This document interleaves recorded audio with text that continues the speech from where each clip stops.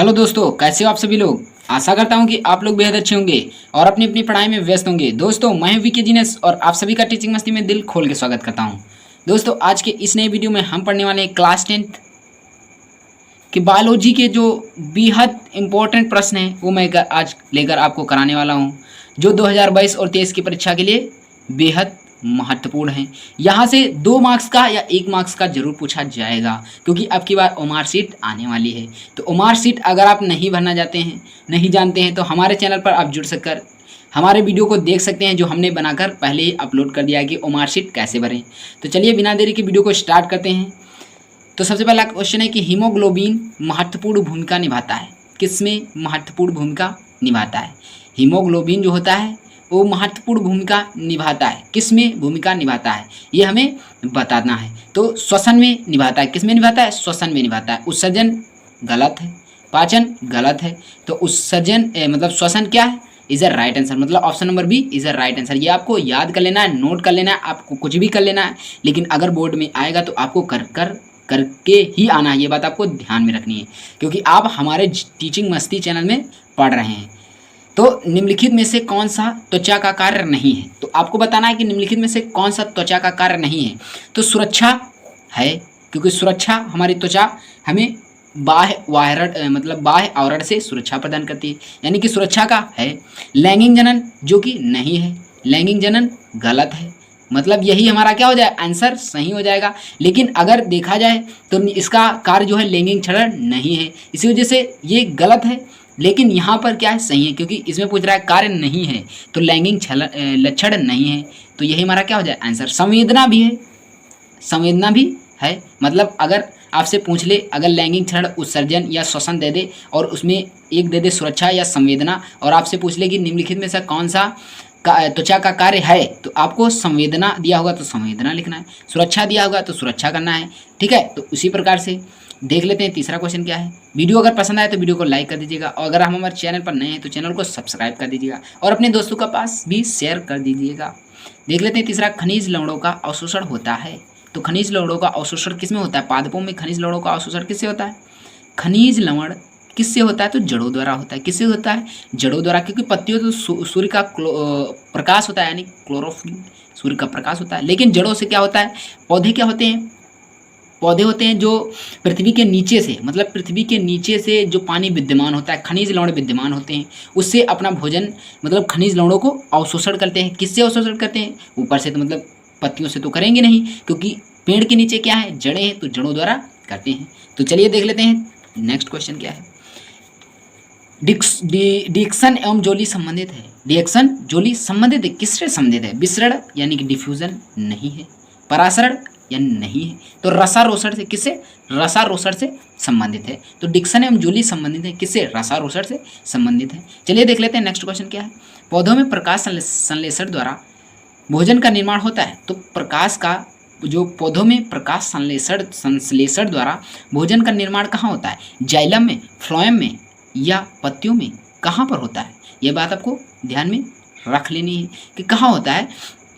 तो देखिए ये पत्तियों में तो होता, पत्तियों में क्या होता है, पत्तियों में ही होता है, क्योंकि प्रकाश संश्लेषण क्रिया द्वारा हमारी सूर्य का प्रकाश क्या होता है, पत्तियों पर आता है, क्योंकि पत्तियां हमारी क्या होती हैं, वायुमंडल में होती हैं, और जड़ें जाइलम फ्लोएम नहीं होती हैं, होती हैं लेकिन वो तनों में होती हैं, नीचे होती हैं। तो इसी वजह से जो प्रकाश संश्लेषण की क्रिया कहाँ संपन्न होती है, पत्तियों में होती है। तो भोजन हमारा कहाँ बनता है, पत्तियों में, मतलब option number A is a right answer. आपको परीक्षा में कन्फ्यूज नहीं होना है। स्कर्वी रोग होता है किसके कारण से होता है, विटामिन ए की कमी से होता है, विटामिन बी की कमी से होता है, बी की कमी से होता है, विटामिन सी की कमी, तो option number A is a right answer. Vitamin A की कमी से क्या होता है, स्कर्वी रोग होता है, ये बात आपको ध्यान में रखनी है। एक बार मैं फिर से रिपीट करा रहा हूँ कि स्कर्वी रोग होता है किससे होता है, विटामिन बी की में, मतलब विटामिन ए की कमी, किसकी, विटामिन ए की कमी से होता है, कौन सा, स्कर्वी रोग, ये बात आपको ध्यान में रखनी। चलिए देख लेते हैं नेक्स्ट क्वेश्चन क्या है।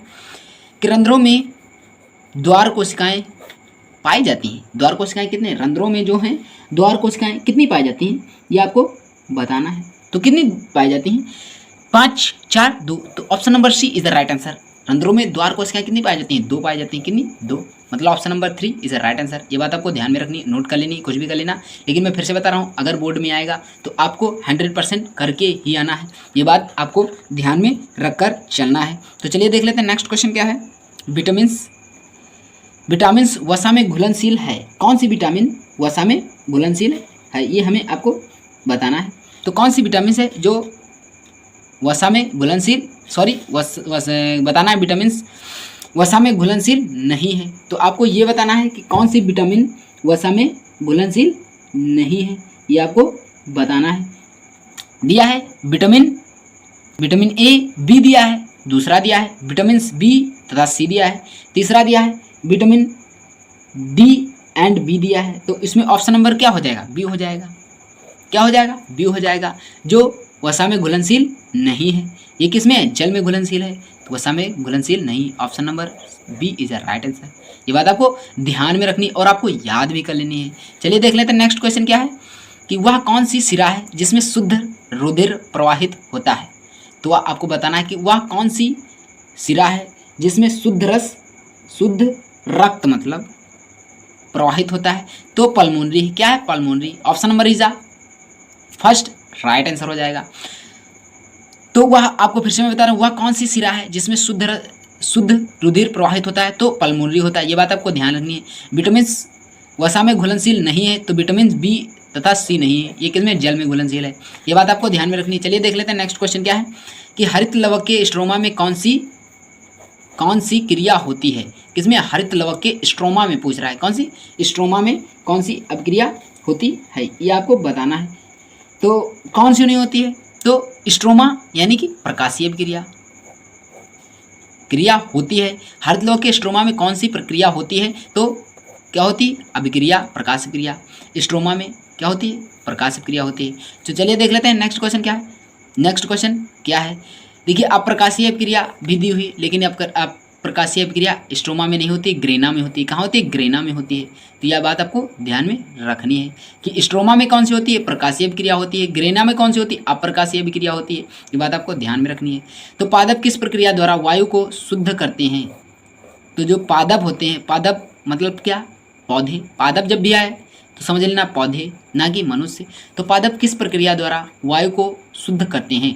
तो वायु को शुद्ध करने की क्रिया प्रकाश संश्लेषण कहलाती है। मतलब प्रकाश संश्लेषण की मैं डिफिनेशन नहीं बता रहा हूँ, लेकिन बता रहा हूँ कि पादप किस प्रक्रिया द्वारा वायु को शुद्ध करते हैं। तो प्रकाश संश्लेषण क्रिया द्वारा वायु को शुद्ध करते हैं। तो चलिए देख लेते हैं नेक्स्ट क्वेश्चन क्या है कि क्लोरोप्लास्ट के ग्रेना में बनते हैं। तो आपको बताना है कि क्लोरोप्लास्ट के ग्रेना में क्या बनते हैं? एटीपी तथा NAD इंटू 2H या ATP तथा ग्लूकोज। तो option number D is a right answer, मतलब C is a right answer. ATP तथा NADP इंटू 2H का निर्माण होता है। ये परीक्षा में बहुत बार पूछा जा चुका है, एक बार नहीं बहुत बार पूछा जा चुका, इसलिए आप इसको नोट कर लीजिएगा। और यही वाला हमारा क्या हो जाएगा?